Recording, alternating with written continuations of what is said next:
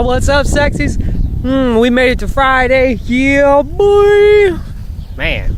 So, the mind. As we traverse this, what seems to be endless corridor. So many parts untapped, so many things unknown. You know? As I posted in the group the other day, you know, happiness isn't the absence of problems, but yet your ability to deal with them. And as I say, so many people can go through here and be childish because it's the only way they seem to be able to find attention.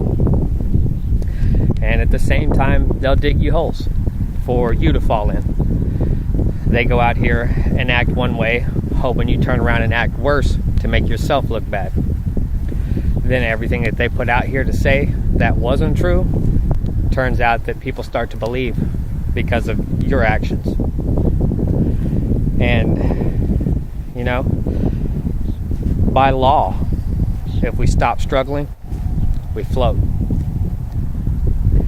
As we continue through the understanding and trying to piece together these certain aspects, trying to figure out where it all leads, what maybe even the meaning is, as most of us are curious,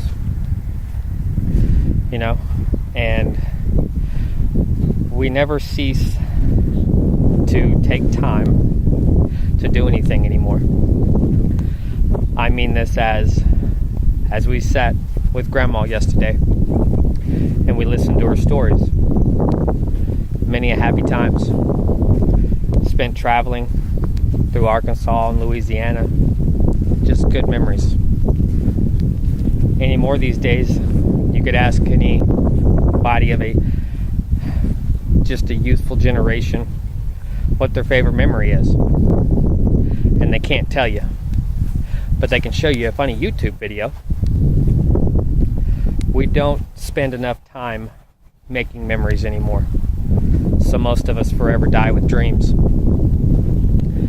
And I hate this fact because, you know, we have to understand that the conditioning that we've been put through leads us to hate, leads us to point fingers at each other instead of digging deep within ourselves. And, you know, you got to be thankful for what you have today and continue to strive for what you want tomorrow. Everyone talks about, you know, the sky is the limit. It's false. The mind is the limit. You only limit yourself. Otherwise, this journey is limitless as long as you can put it together. We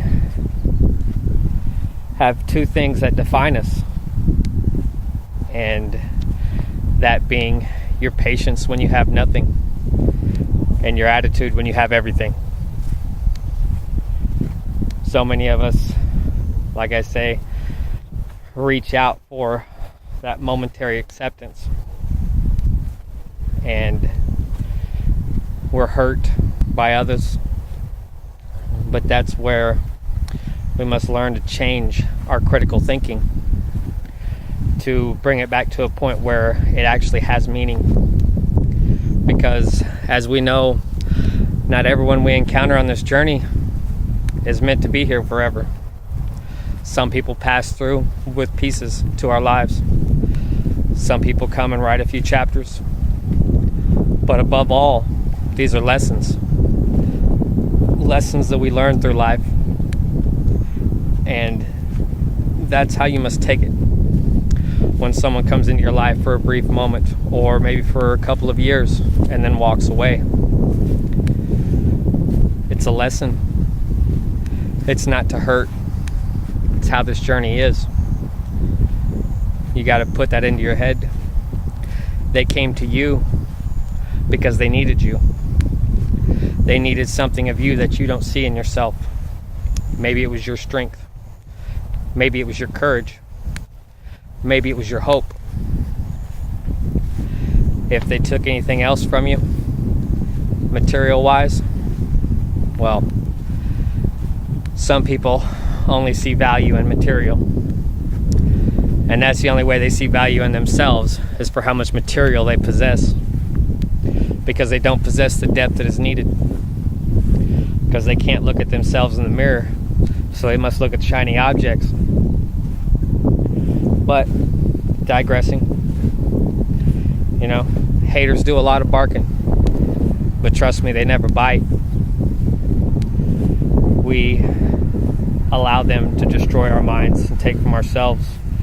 But as well, we've been conditioned and programmed to be that way. The self-destructive process within your head to realize that maybe they didn't come to ruin me. Maybe they needed to borrow some of what I had. My courage, my hope, my power, if you may. The ability to deal with people and problems. They had to learn an adaptation from you. We all take too much out of context, like I said, overthinking. And it leads us to places we never want to be. When we understand that to be able to sleep peacefully at night, to be successful, is only when our soul is at peace. When we understand our gifts, we understand that we possess more courage than the rest. That's why we continue to wake up every day and keep going, no matter what we've been through. It's not the mountain that we conquer, but rather the mastery of ourselves. And it all begins with the mind. Can you remember who you were before they told you what you should be? Can you remember why you started out in the first place? A lot of us have children. It's a gift, regardless to maybe some circumstances that they were acquired through, some hardships and some lessons that we had to learn through this process, through the people who used to be there who are no longer there. They have adapted you. They have given you that courage and that strength to be able to stand alone, maybe as a single parent, or even still a couple and a parent, of courage and compassion and understanding. Because it takes a certain level of love to wipe someone's bottom, just saying. But as we go through these, my point on the understanding, the change of what we see it as wrong, and how we have to go forward with it. You two are in love.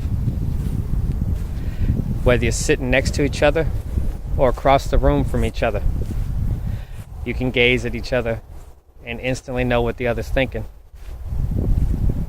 Same concept goes into life. You must look into people, even as they walk away, and realize what the whole lesson it was to begin with. Love is the easiest way to find trouble. Love is the easiest way to learn the hardest lessons in life. The acceptance is always one thing I love to bring up, because we never do for ourselves. We must learn that there's not always someone there to encourage us, so we must encourage ourselves. There's not always someone there to compliment us, so we must learn to compliment ourselves. There's not always someone there to be proud of us, so we must be proud of every step that we take, of every point of this journey that we have earned, because that's what this is.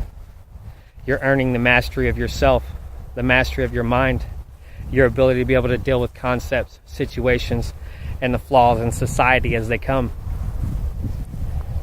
This is how you achieve success. That is where you look back and you remember who you were before they told you who you should be or what you should look like. Because none of that matters. That's what they want you to believe, because that's how they keep you in control. But I'll walk away from this one at this point, because I still have some more to address. I love you guys. Y'all stay up and stay beautiful. And as always, I'll see you around.